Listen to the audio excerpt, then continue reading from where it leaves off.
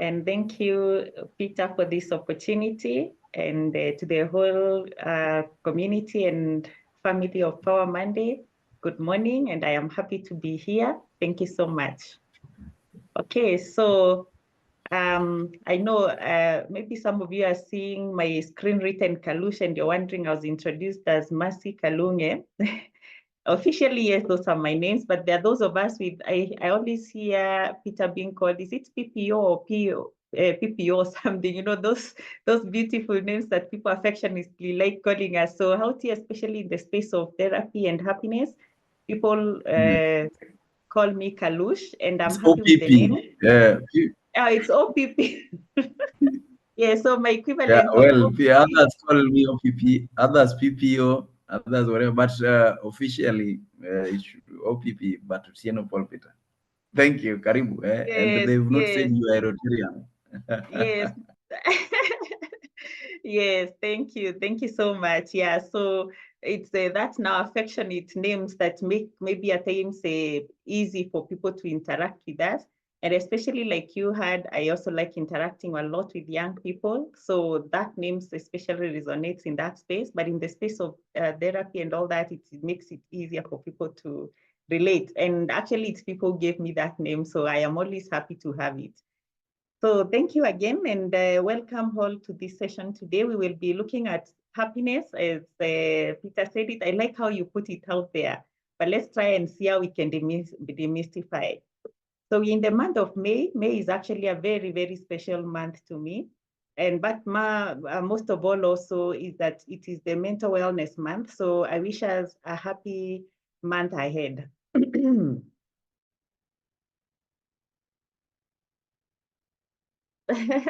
Someone says they want to see the whole of me. I'm not standing, so maybe I hope that is easy. That is better.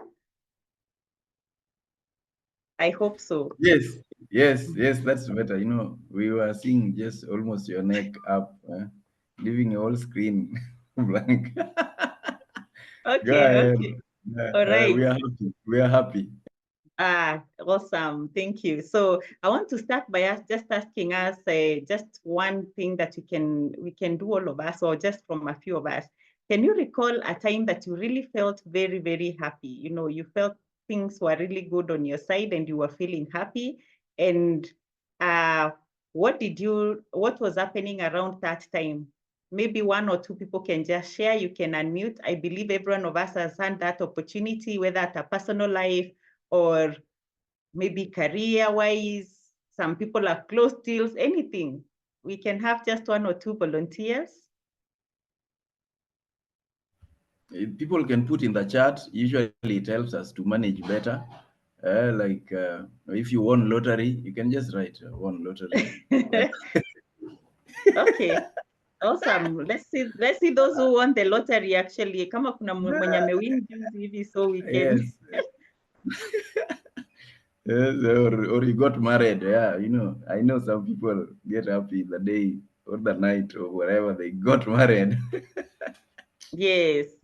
Or the day you got a baby, the first time, anything. What could have happened? So there was one launching. Launching on my mom when I joined the psychology class after knowing that I am cut out from the psychometric assessment. When I gave birth to my firstborn, the joy was overwhelming. I felt very happy at the birth of my two children. Thank you. Yeah, I like this kind of comments. And truly, yeah, these are things that really make us very happy. I would say the first time I had an opportunity to travel outside the country. So for that first flight, yes, I can imagine how that feels. Yeah, LG won a car. I actually won a car from Tusky Supermarket. I should see you, Kando. I see how to win cars. Yeah. Oh my, yeah, there's someone who won a car, Lineta. Oh my God, I pray that was really a joy. I felt very happy when I got my visa to the UK, moved to my own home. Yeah, I think all of us have such kind of things. Okay, now let me bring us now to the here and the now, where we are right now. At this very moment, we are at 7:30 a.m. in the morning on a Monday. So if I was to ask on a scale of 1 to 10, how happy are you feeling right now? So where 1 is very sad, and 10 is very happy. Again, on the charts, we can just put that also to just see a measure in your own ones. 1 is very sad, 10, you're very happy. So we have 8, 5, 7, 8, 7. I like the people are measuring for themselves. They already know this thing. There is a 4. Hey, there is 1 is on your 10. That's wow. 9, 7, 7. Awesome. If I was to take this as maybe, you know, the way we do like a sample and say probably this is likely to be, then today's powerhouse is very happy. So Peter, I think you're doing a very good job. You're with very happy people around. 7-ish, I like, so it goes to 6-ish or 8-ish, somewhere there, or 7 point something. So thank you so much for those scores. I'm really happy to see that most of us are feeling in high spirits, and that is really a very good thing. I know there's a reason for everything. So today I'll just be trying to see how we can demystify this happiness. Most people, when they hear your happiness coach, what do you do? What is this all about? Yes, you know, a coach is someone who helps people to achieve something. And for me, in this space, I try to help people in this space of being happy, finding happiness. And so we'll be demystifying that, looking at what it looks like to be happy, and even what it is not, the many myths that we have around happiness, its benefits, and how we can really activate that. So I know many of us normally when we talk about happiness, and even like I've asked, how are we feeling in the here and now currently? Most of us may ask, is happiness really a feeling? Is it something that I'll feel so I can know that I am happy? So what we normally say is that the answer as to whether one is happy or not will probably be in how they imagine themselves feeling at that time. When, for example, someone is unhappy, what happens is that they remember some association of things that may have happened or things that have happened that can make someone not feel very positive and has negative feelings. For example, there are many times some people have coped with maybe sadness or things that are not working around their lives with, say, for example, when they go out drinking, you get drunk, and temporarily you're in a very happy space. You're the one on the stage singing and dancing. But then you go back and sleep, and tomorrow you wake up and the brain goes back and picks that's pain that was making you feel sad or something that was making you feel unhappy. And so you go back to the cycle again.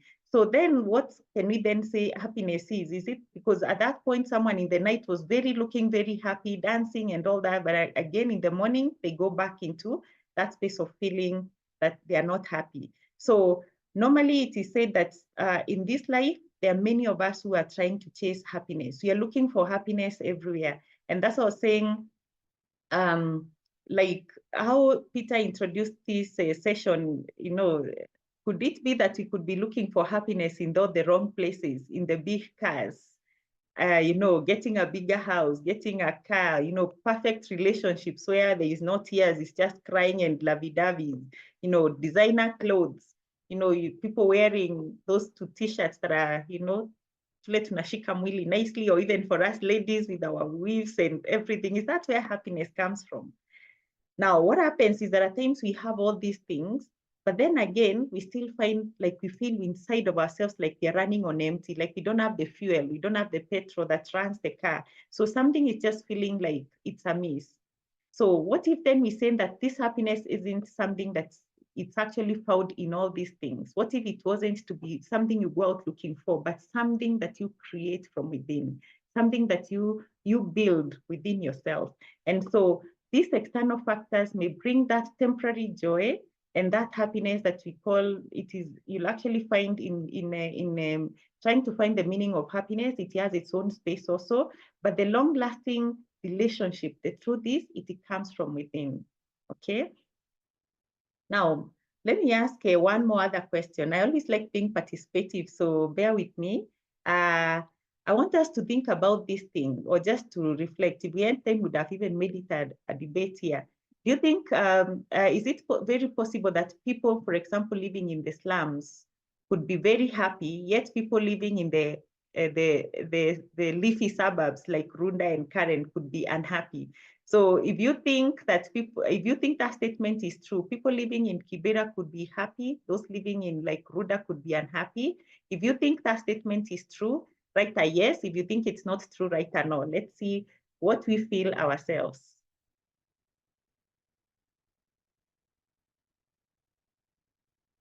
So I can see there is yes, yes, yes, no. At least there are quite a number of no's.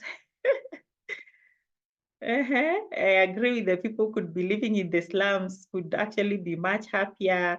This is a myth, happiness is personal, yes, no. Okay, so we get, it's actually a mix of feelings in this space, that those living out there in the slums may be happy. Some people feel, yeah, they could be happy. Others feel people in Runda are not happy. So it is a very interesting thing, because as we look at what really exactly happiness is, I concur with the people who say, yes, it is very possible to be in the slums. And, because we think slums is, a place of, a lot of turmoil and a lot of, pain and things not working. And so possibly those people are never happy. Ruda is where we have like, we change cars, we change clothes, like you're on designer things and all that, but it is very possible, actually, those people could be very empty and very, very unhappy. And that's why many times, even in therapy, when people come in, we do not try to look at people based on maybe who they are, where they live and all that. Is the person within, because it's the person that is becomes happy from within. So happiness in itself now, it's not a destination. It's not something to mefika. This is the stage. Kushuka ni hapa. No, happiness is not a destination, but it is a journey. And so looking at how then we can cultivate peace and fulfillment in our everyday life is what really happiness is all about. Research shows that the ability to be happy is 40% genetic. So there are people who are prone not to just be happy. They are prone to genetically be a bit sad and all that because of how they've been wired. But the 50% is all within our control. So there's a huge, huge percentage of how we can control whether we are happy or not. And then there is normally a 10%, which is normally left out for things that can be completely out of your control. There's nothing you can do about it, and definitely they'll bring some level of sadness and all that. But the majority of it is to realize that we have the ability to make ourselves happy. So happiness in itself is truly a very complex and multifaceted thing. What we say is that happiness is a state. It's something that happens that makes you, I don't want to use the word feel, because feelings is the thing that you're trying to remove. It's not really an emotion. It's not a feeling, but a state of being, where you flow in a certain way. So there's a flow of energy in a certain way. And this flow of energy is well-being, contentment, and satisfaction with life. You feel inside of you, you're content with who you are, you're happy with who you are, you appreciate yourself for who you are. That really is what brings happiness within. And that's why we say it's from within. It's an energy. It's not something that, it's not exactly, if you were to look like vibrations of energy, for those of us who did physics, it's something that flows, and it makes us to be in that state of feeling that we are in a good state. We are happy with who we are. We are satisfied with life.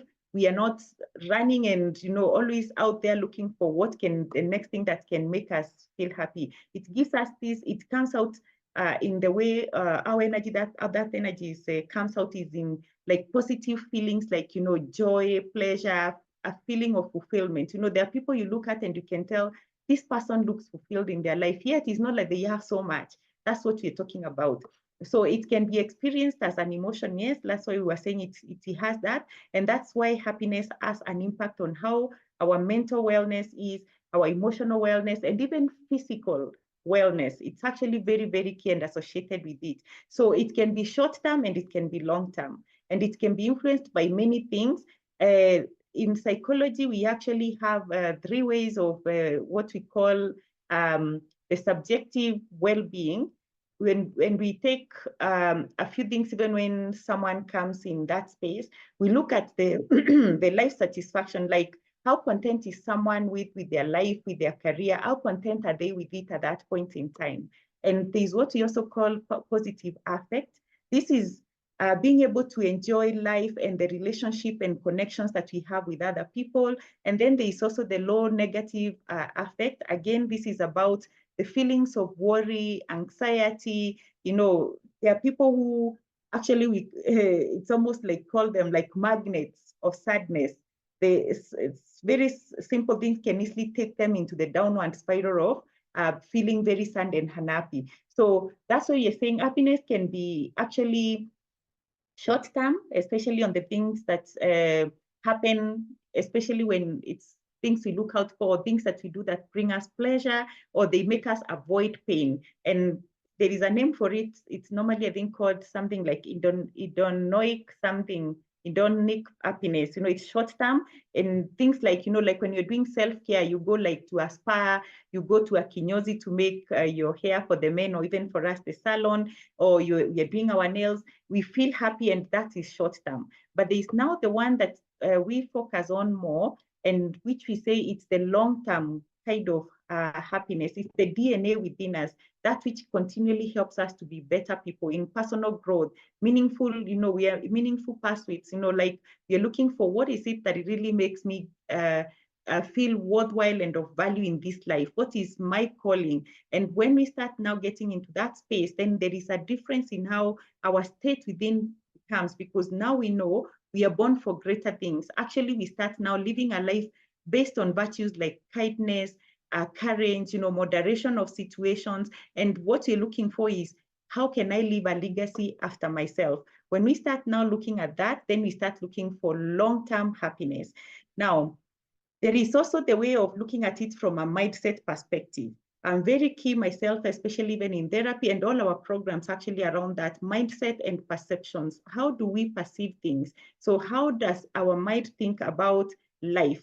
So when we start, for example, and actually let me just give our base verse that we use in our programs, all our programs within Go Sky. It's Romans chapter 2, verse 2. I don't know whether anyone asked that. I didn't pull it out in time. Those people with that Bible, PPO, King J, thou, thou, thee. Anyone with that just can read for us. Romans chapter 12, verse 2. Chapter 12. Chapter 12, verse 2. Chapter 12, verse 2. Just a second. So you said you want which version? King James Version. Thou, thou, thee. King James Version. Thou, thou, thee. Okay, chapter 12, verse 2. And Yes. do not be conformed to this world, but be transformed by the renewing of your mind. This is not sounding King James Version. But be conformed by the renewing of your mind, that you may prove what is that good and acceptable and the perfect will of God. Thank you. Amen. And thank you for reading that for us.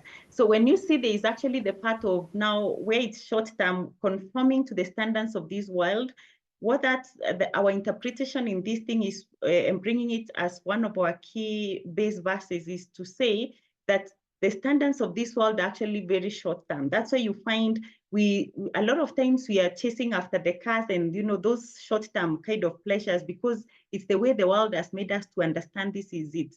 And this, for example, you can see like in social media today, many people are coming with a lot of in a depressive state because of what they're seeing people doing. People are out there on holidays, people are showing their babies and how they're doing so well. And yeah, you're wondering, oh my God, I don't have even anything.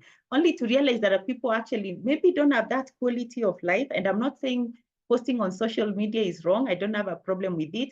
But again, it is the perceptions that we have that maybe other people are so much better than I am. And that can actually make some people feel, you know, that feeling like you're not good enough.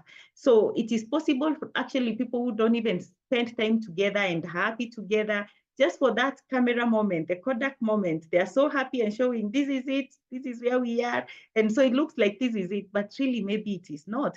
So the main thing of that verse, when we look at now the mindset transformation, where then we start thinking in terms of where does God want us to be? What is the perfect will of God for our lives? Then it brings a newness in our life that makes our life so much better and so much more engaging for the better of not just ourselves, but the whole world as a whole. So when you start living in a space where you can actually give others, then you start seeing your way of happiness becomes different. You're no longer chasing after, things that can easily go. And like even Paul in the Bible says, he had learned to be content with life when he has a lot, when he's in scarcity. And that is now that state that helps you to stay grounded in the same space. Let me give like an example. When at times, because I'm also human, at times I also become anxious. One of the things that I've learned to do is, like at times I remove my shoes, I just step on the floor, on the grass, on the soil, and then I just take my mind into an imagination that the same way I'm standing on that ground and feeling like I'm strong enough, like I'm not falling, then I also ground my emotions the same way. So these are some of like a practice you can do actually when you feel anxious. Just imagine that even those things those emotions that are making you feel maybe like you're not strong enough, how can you ground yourself in that space? And even using maybe like right now in the time of landing, if a small piece of paper maybe is put in some water, very little pressure will just take that paper away. But a stone will take longer. But now when you think about a tree and that is well rooted, maybe this flooding has actually left many trees are still standing because they're very well rooted. And that is the kind of happiness we're looking for. That despite the storms around us, despite the things that happen around us, can we still remain grounded in a state of happiness?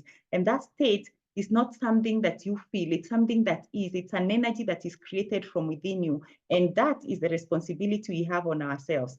Now, many times, like I'm speaking like this, many times for us, so is there a place for people to have negative emotions? Yes, there is. You can actually not ignore when you're starting to feel negative or feeling sad or feeling things are not going your way. We are human beings, and that is actually very, very, very key. We normally say at times when you're so hurting from within, the only way you get out of it is to allow yourself to feel the emotions, so that when they're negative, you can understand, now I'm in a negative space. I'm feeling so hungry. I'm feeling like, so sad. What are that negative thing that you feel? Very important to feel it. Now, I know in this space, I may not be able to take us to that, maybe deeper into that, but I hope one day I will ever be able to take us through such, but now to deal with our emotions, especially when they're negative. And that is why you find now in happiness, more often than not, is in the midst of that negativity.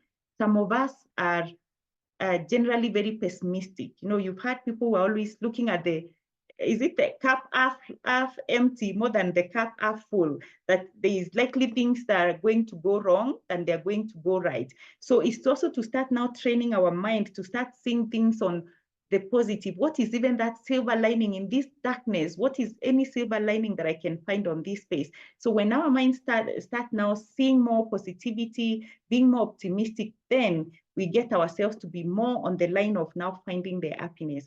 And so that's why we said it's a journey. It's not something, a destination here, sasa nimefika, I am very optimistic. It's a journey. At times you have to stop and talk to yourself so that you can take yourself back into that state, okay? So in case of any questions, we can be writing so that I can answer them as we go on. So I want us to just so that we can start understanding and demystifying this happiness. Maybe let's just say what happiness is not, some of the myths and things that people bring out to think this is it.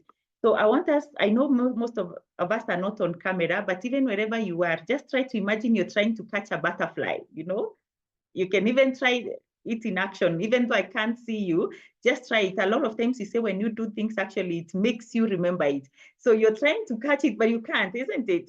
More often than not, you can't catch that butterfly. It's so elusive. And the same thing we say with happiness. Every time you try to grasp it, like this is the happiness, I want to catch it, you actually cannot catch it. That's where we find like people chase after money, chasing after power, chasing after beauty. You're always looking for, remember we said the short term and long term, none of them is wrong. But what happens is that many times we are out trying to catch it. And what happens is that it's like we engaged in a rat race, always looking for what can make us better. How can I be able to get more cars? Never having enough. It almost becomes now what we call greed. You have this clothes, but you want more and more. So your wardrobe is from, and ladies, especially for us, I'm not again against it, but it's just to know, why are you doing this? It's the why around it that makes the difference. If you're looking for green, red, blue, you have 10 blue handbags, 10 white handbags and all that, trying to see whether that can make you happy. Maybe not. You may find actually someone who carries only one handbag and is very happy, because the state from within them, it's one that flows with optimism, flows with positivity about life. But you can have all these things, but you can still be very, very empty. So like we say, one of that is then to say that happiness in itself, it's not something you can really be able to grasp and hold like this. Now, it is like we said, it's not an emotion. It's not something that we say now, even though we say at the moment I'm feeling so happy and all that it's not the emotion. You can't live a happy life if you equate it to always that emotion of excitement. You're always excited. You see, because when you always ask, is it something you can actually sustain? Is it sustainable to be always excited and all that? And yet we already said there's a place for negativity in our lives because we are humans. So because that cannot happen, then we realize that it is that positive energy that flows within us. It's not the emotion, but a state of energy that is positive, that allows us to the state of mind to see good things even in the midst of bad things, when things are not going okay. So it's not really an emotion. It's like the way we say love. Love is not also an emotion. Love is something that you create. It's something that you build. Equally, happiness is the same. It's not an emotion. Equally, happiness is not about perfection. Again, there's this thing we normally feel like, when I get this, or when I become this, when I become slimmer, I will be happy. When I learn this dance style, I'll be happy. When I get promoted, I'll be happy. It is not perfection. It's not having all things right. And that's why we say the time to be happy is now. It's time. Actually, one of my programs that I run, it's time. So it's time. Be happy now, because it's not about what will happen then. So starting this very moment, whatever is going on in your life, what can you try and show your mind that there is something good out of it? You'll start seeing maybe there is a change within you, inside of you. So we don't become happy. It's normally said we are not happy because everything is perfect, but everything is perfect because we are happy. I hope you got that. We are not happy because everything is perfect, but everything is perfect because we are happy. So the moment you are actually, in other words, is to say happiness comes before before the perfection of things. Things are likely to go right, but because you're happy. Now let's think of an activity. I hope for those of us who are seated, I know it's not going to whatever. You can close your eyes if you want to, or you can just look through, but let's just do a small activity. I want us to imagine we are like 10 of us, and we've been told there's some treasure of gold somewhere, and it's about 2 kilometers. We've even been told the direction is this way. And so the 10 of us starts on the path. So we know it's about 2 kilometers. Now, along the way, as we are going, we come to a place where there's many paths. Path 1, 2, 3, 4, 5. There are 5 paths. And so each one of us takes a path. So now you take a path, and you start walking, believing that you will get your goal that side. So you start walking. Then as you walk, you realize, hey, this walking, I must have done like 2 kilometers and already done one. So with one more, I should have found it. So what does that mean? You detoured.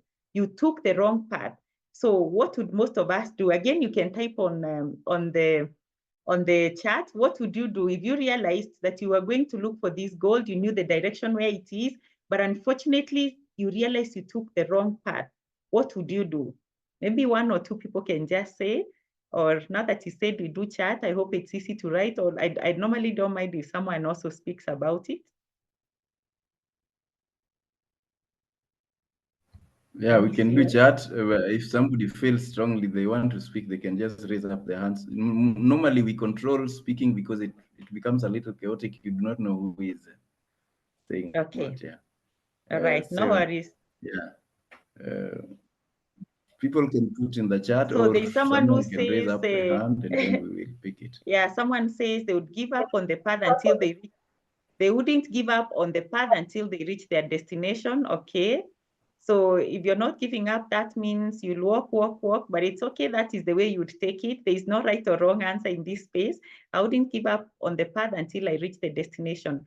Probably let me just read for us 3 parts that could maybe happen. So there's someone who will feel so upset that they wasted their time and then they just decide, let me go back home. Someone else decides, I'll just go back to the crossroad and try another route. That is B.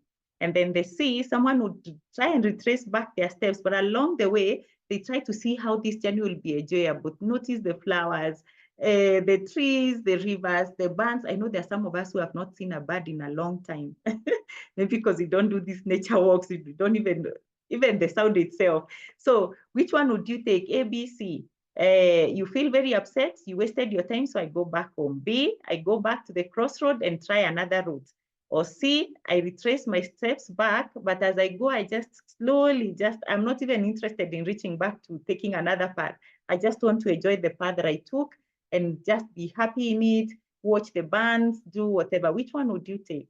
Let's see again on the chart. I can see B, B, C.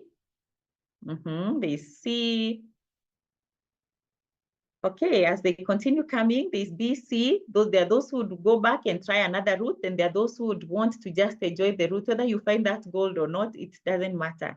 Now, let me say this.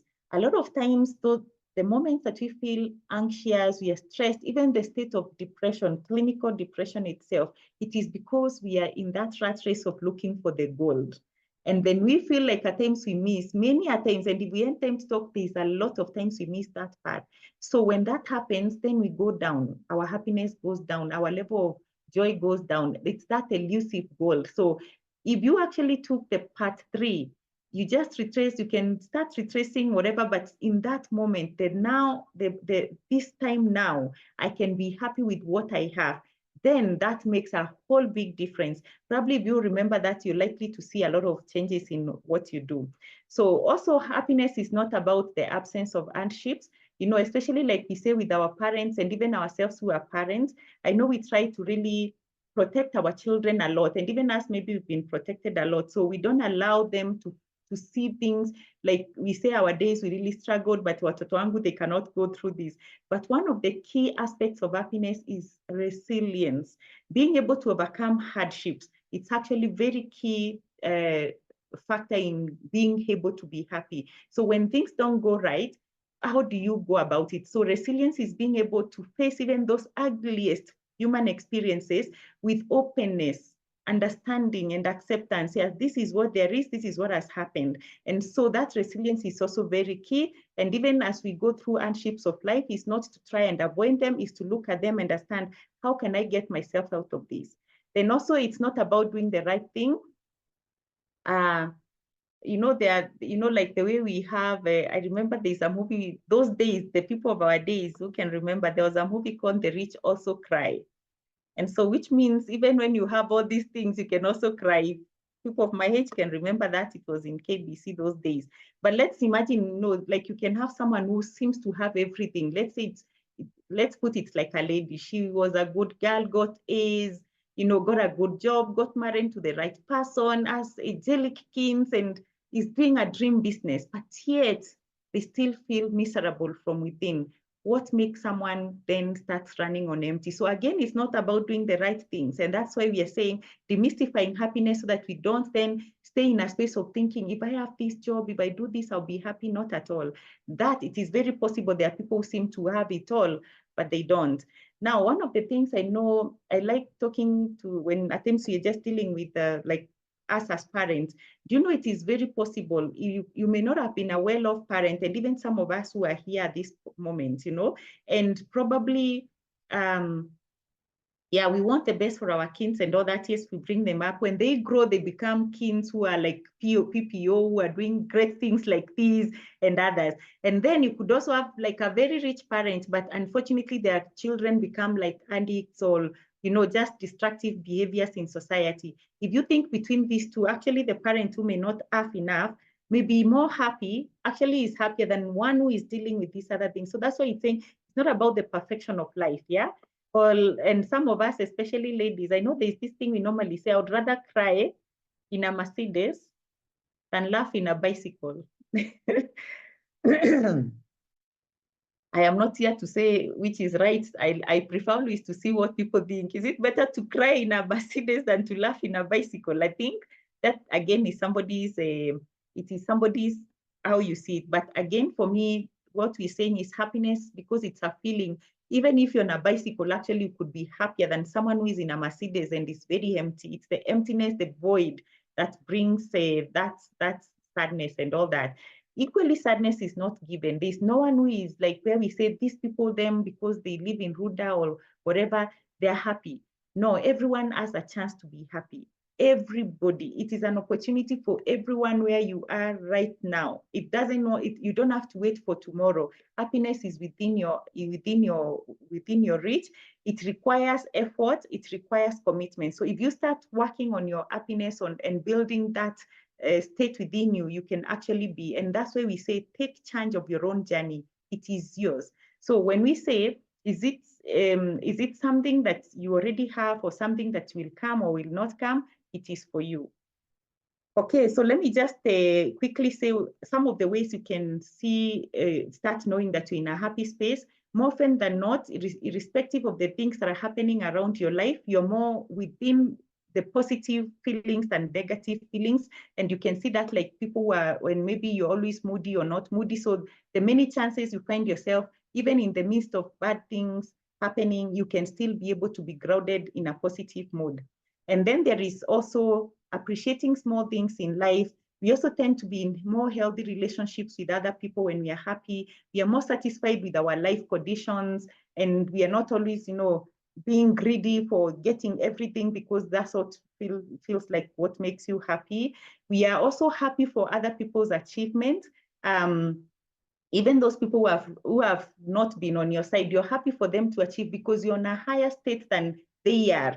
Down here, there's a lot of competition, a lot of, backstabbing and all that. But in your higher state of happiness, you let people be, and you know you're the state that you're in.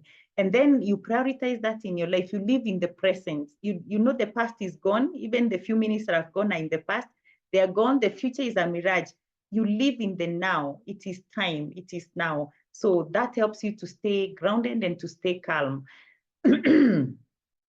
Now, why it is so critical to be happy? I think one of the things I can say, because this comes also in our, like even in organizations, one of the things we've always said, like, let me say like our ghost guy, our slogan is giving you wings of success. So one of the things that we find is that even in organizations, happiness fuels and it precedes success.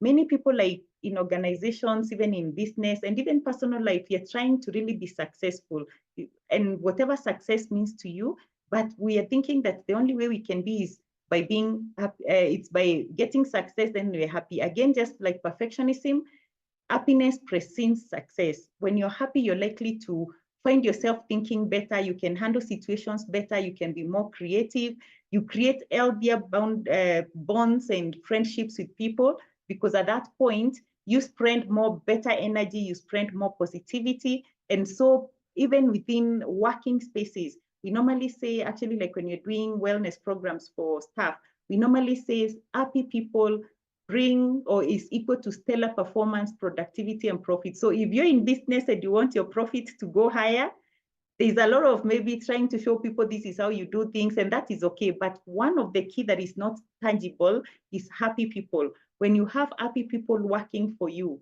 actually your results even for business are likely to be stellar. I mean, people will be more productive, they'll work better as teams and all that. Happiness also lowers the stress levels and burnout.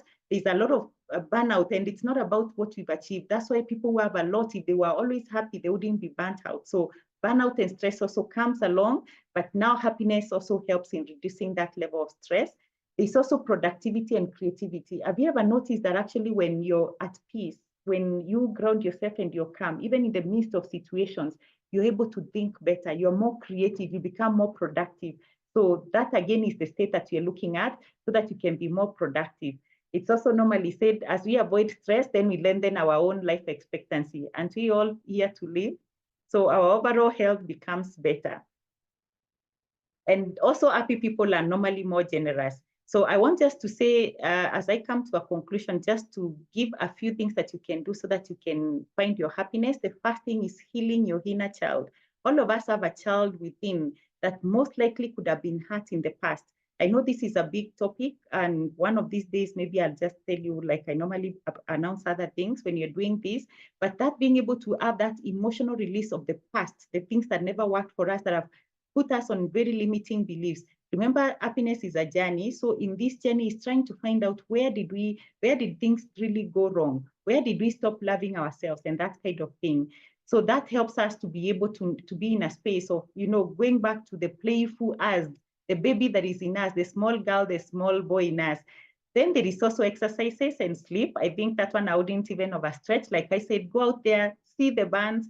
A healthy body fosters a happier mind, okay?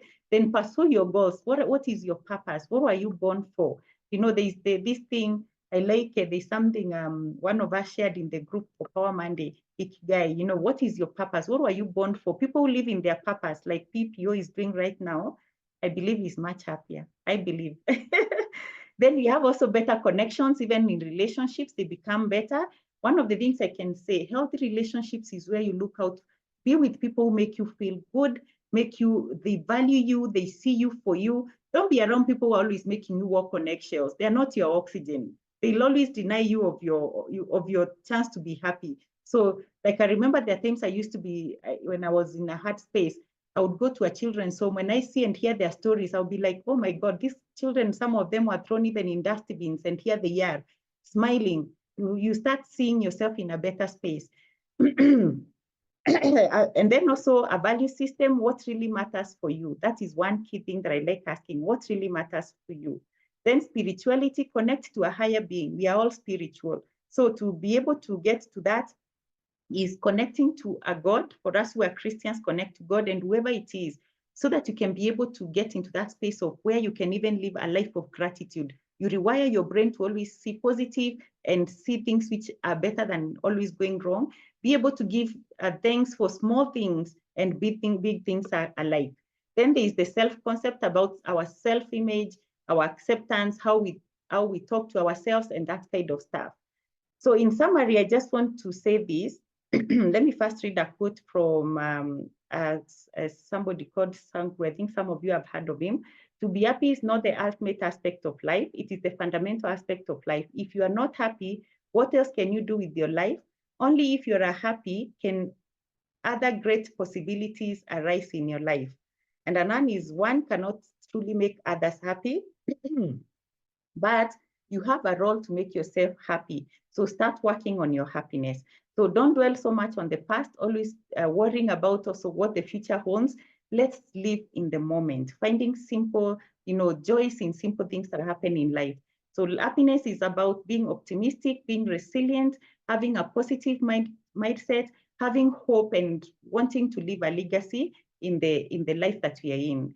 So I want to finish there and say, as we go into the week, I wish you all peace. Even as Jesus left us with peace, I wish all of us a peaceful and a happy week ahead. So I wish to finish there. Thank you so much for listening, and thanks, Peter, for this opportunity. Thank you so much. That was good. So on to questions. From Christine, UK. Are our children short-term happiness? And Whether then children, are our children a short-term happiness? what does that mean exactly? Is it being with children? I'm not so sure I get that very well. I think it's because you said there are short-term happiness and long-term whatever. So getting children or something like that, is it long-term or short-term? I just want to believe. But Christine is here. She might explain if she is able to.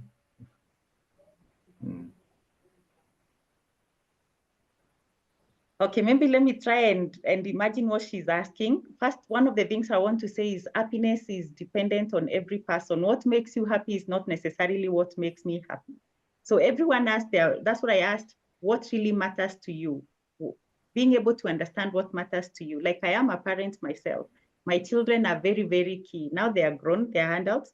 They're very, very key to me. So living with them has been one of my key focus on them. Now, for me, the way I see it, children for me would be long-term because I have done everything that I can to ensure they're okay, they're happy. My desire now as they get into adult life is that they can be able to have their own happy lives out there. When they gain that, for me, I am in my happiest space completely. So for me, that is long-term. I hope I've been able to answer. I think when I mentioned parenting is about where at times we as parents to protect our children too much, that the hardships of this life, because we don't want them to be unhappy. You see, the whole thing, everything we do around our lives has this thing of happiness going on at the back of our minds. So when we overprotect them, when we don't allow them to face some of the things that actually many of my generation say it is because of this that you're in this space, in a better space, how are they going to handle hardships, especially when you may not be there with them? When they become adults and leave your nest, they're going to be handling things by themselves. They go face life and they will not tell you every day, this is what I'm going through. Not at all. Now they're past toddlers. You're not holding their hands. Can they be able to survive in those moments? Now, as a parent, if you brought up a child who is able to survive and is resilient out there, I believe that is long-term happiness for us as parents. Thank you. Trizamboro says, comparison robs us 50% of happiness. How can we abstain from comparison? Okay, I'd like to answer that in one of the things I called self-concepts. In psychology, we call it self-concept, which deals with our ideal image, self-image, acceptance, self-esteem. Now, when we said happiness is creating, we create happiness from within. So when we create the version of ourselves that sees ourselves as great people, you know, like the way you do affirmations, I'm great, I'm powerful, I am beautiful. And the more you repeat them, they stick in the mind. Remember, we also talked about mindset, because the mind thinks, when the mind thinks, the more you think about something, it creates an energy, which is a feeling, which is an emotion, which is now where the heart comes in. Now, the more you feel something, then it now creates a behavior. And that's now we see on the outside. So if you can actually allow your mind to keep thinking good things about yourself, even when you feel, I missed on that deal, I'm not good enough, the other people work better or whatever, I'm not even had some, that's why I was not given that deal, I don't have a car, that's all those negative thoughts. If you keep, if we try to now translate that or push them to the positivity, it is not an easy thing. That's why I say that it's a journey. Push them into the positivity, start seeing yourself as capable, as powerful, as being able to, in your space of what happiness is, then those thoughts will be created into an emotion. You'll start feeling good about it. And the more you start feeling good about something, you realize even your demeanor on the outside starts showing, you know, like the way we say someone is glowing, like when people fall in love, it's because their thoughts start going into the good spaces. They're feeling good, and that feel good, we start seeing it in the glow. We start seeing it in the physical realm. I hope I've answered that also. Thank you. Yes, you have. What is the role of unresolved grief in our happiness quotient? What is? What is the role of unresolved grief in our Okay. happiness quotient? Thank you. That's a very good question, actually. You remember we talked about healing the child within. Normally, it is said that, you know, when a child is born, we see them like a blank white page that has not been written on anything. But as we grow, things are being written on us. That brain, that inside is being written things, good and bad things. And what happens as children, at times, to protect ourselves, we form walls, thick walls, we form things to protect ourselves. And that's why we have like what we call attachment styles. We have those who are avoidance, we have those who are anxious, we have those who, you know, such. So that's when now we start becoming that, what happens is that we don't allow ourselves to be open-minded, to be easy like a baby, to be playful, and that actually becomes a stumbling block into our happiness. We are always very suspicious of other people. Remember, one of the things we said, how you can know people are in a happy state is like they relate well with people, they show this feel genuine and genuine. We're not talking about those fake ones, genuinely. So for you to be in that genuine space of being you like a baby, then we've got to start clearing those things that affected us in the past. And this could have been when we were children. It could also be as we have been growing up. When someone was a teenager, for example, went to school and you were bullied, that already is in your subconscious mind somewhere. How did you protect yourself? So did you start avoiding people? Did you start being suspicious of everyone? You can't trust anyone. Those are blocks to one's happiness. So yes, being able to heal that wound, those wounds within us, whether they're parental wounds, whether they're just whatever wounds that are within us, and the things that we pushed into our subconscious, which always arise or are triggered by things that happen, especially in relationships, then we can be able to be happier. But until you're able to do that, remember, it's a journey. Until you're able to start working on that, we are going to start staying in that space of unhappiness more. Okay, thank you. I still have so many questions, and and actually time is over. So I'm pretty sure I will what I'm going to do is I'm going to forward these questions to you on the chat, on Power Monday chat. But there's just one quote that I want you to finish. You said, "We are not happy because everything is perfect. We are happy because..." No, we are not happy because everything is perfect, but it is the happiness that makes everything is perfect because we are happy. Yes. Yes. Okay, so Sashi Wainaina, we are not happy because everything is perfect, but everything is perfect because we are happy. Yes, everything is Thank perfect you. because we are happy. Okay, thank you so much. Thank you so much. The rest of the questions, I'm going to forward them, and then you can respond to them, because we are out of time. But one of the things that I have learned personally is I've learned to speak to myself, because I realized that not every time there's going to be someone for you to even talk to. Just the way the Bible says that, and David encouraged himself in the Lord, and David encouraged himself in the Lord. I have learned to speak to myself a lot. Very many times I even sit myself down, and the way David asks his soul, "Why are you downcast, O my soul?" I mean, those are some of the conversations that go through my head, or at times I just like even verbalize it. You can think I'm talking to someone in the room, but I'm alone. I'm asking myself, "Noel, why are you downcast?" So I think also at the end of the day, when you feel like you're flipping to that side of depression, you're not happy and everything, sit down and take stock of your life. Sit down and take stock of your day. Like, what is causing me not to be happy? What is it? So yeah, let's learn to talk to ourselves. Let's learn to reach out to ourselves even before someone else reaches out to us. So I call upon Dr. Melvin Glimmer to give a vote of thanks. Thank you. Karibu sana. Thank you so much, Mercy, for that wonderful talk. I'm so happy to be here, thanking you, Mercy, because I've seen the transformation that you have undergone back from our days at Parklands Baptist to now. I respect you for your financial acumen, for the fact that you're a trained accountant who's worked in the banking sector and who has taken the road perhaps less traveled by most of us into becoming a happiness coach. You exude happiness and you infect everybody that you interact with happiness. All of us in this call have benefited from listening to you and learning at your feet. We are going to be happy people this week and for the rest of our lives, just because of Mercy. Mercy, I can't thank you enough on behalf of the whole Power Monday team.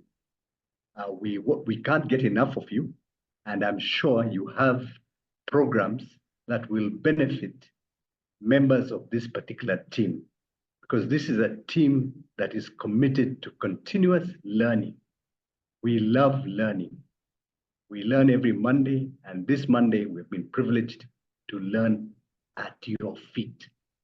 So we are leaving very happy people, and in the background, we have some very happy people from Power Monday. These include Odhiambo Lale, Noel, Hassani, and OPP. Antonia. And Antonia, who have been working tirelessly to put this morning together. They are very happy because you have made them happy, and they have made you and us happy. Have a wonderful week, and God bless you. Mercy, and God bless the whole Power Monday team, and God bless everybody who is in this call. Back to you, Noel. Thank you so much, Dr. Melvin. I don't know what was happening. My cursor was not like working for a moment. Sawa sawa, Uteno Paul Peter, kindly close for us. Oh, okay. Thank you. Thank you very much, Noel. My network has been unstable, but I am very grateful to Mercy. When we talked, I suggested that would be a wonderful topic to start the month with, the month of May, which has something to do with mental awareness. We just want to be happy. We do not want to focus on the sadness and all the things that are happening. We just want to keep our we just want to keep our focus on that which is, like that reading was saying, we focus on that which is true, that which is lovely, that which is empowering, and all that. So thank you very much. For people joining for the first time, as we said, two things. One, we have a YouTube channel / at Power Monday, which you can always get all these recordings plus the previous ones, and you can subscribe and support. Two, we have a charity. We have charity activities that Power Monday does, and your support to this will go a long way in doing exactly that, as we plan for our next charity in July. So any support we have put there, the means through which that can happen, and we will be able to appreciate. Thirdly, we have started welcoming sponsorship. If somebody wants to sponsor, your organization wants to sponsor a session, you just reach out through the email address provided, powermonday@liveyourdream.co.ke, and we will reach you accordingly. It's very simple and easy.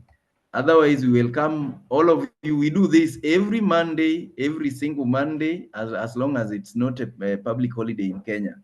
And we are happy, and this is part of the reasons that keep us happy, that we are making a positive difference in the lives of people. Thank you all. Have a blessed week. Stay productive, stay happy. Until we meet again next week, we are going to learn about authenticity in leadership by a gentleman who spoke to us here a while back, probably 3 years ago, and it was very powerful. He's coming back. He's happy to be with us next Monday. You do not want to miss that. For people who want to join the Power Monday WhatsApp group, I had put a link. You can fill in the form there on liveyourdream.co.ke/Power Monday. liveyourdream.co.ke/Power Monday, and somebody will be able to act on that. Thank you very much. God bless.